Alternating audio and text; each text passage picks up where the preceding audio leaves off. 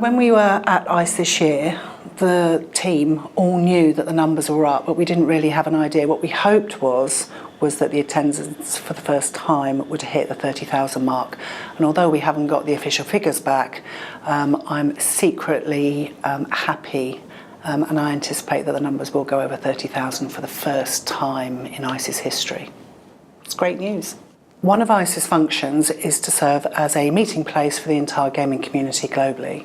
And I think for those that attended, they could see that the show floor looked amazing, the features worked really well, the stands stepped up this year and the exhibitors.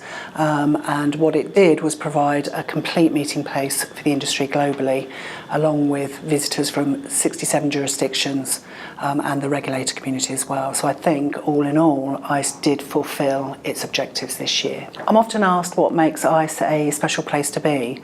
And I think for the exhibitors, it's about seeing, engaging and touching all the customers that they have from around the world. And for the visitors, it's about being in an environment where the offline and online world converge and seeing the huge range of technological advances that happen globally each year. We can look at a lot of stats around ICE, and of course hitting the 30,000 mark this year, hopefully, is a great story, but that's only part of the story.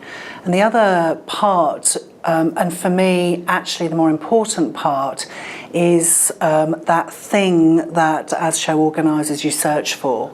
And I think if you try and distill that down into one word, which is really hard, is that we like to think that ICE has brand charisma.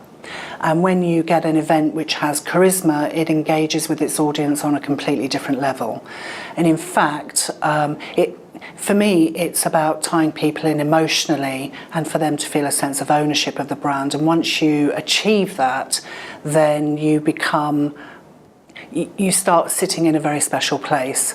And one of the great things was one of the associations that are involved in ICE that we support and support us described ICE this year as the Davos of gaming, which I think was a great accolade for ICE to have, but actually means that we're getting there and we're doing the right things. So there's no doubt that ICE is a great event and it fulfills a lot of the market's objectives, but it wouldn't be able to do that without the commitment of the exhibitors and the visitors, the lawmakers, the regulators, and everyone who comes and takes part. So without them, ICE certainly wouldn't be what it is today.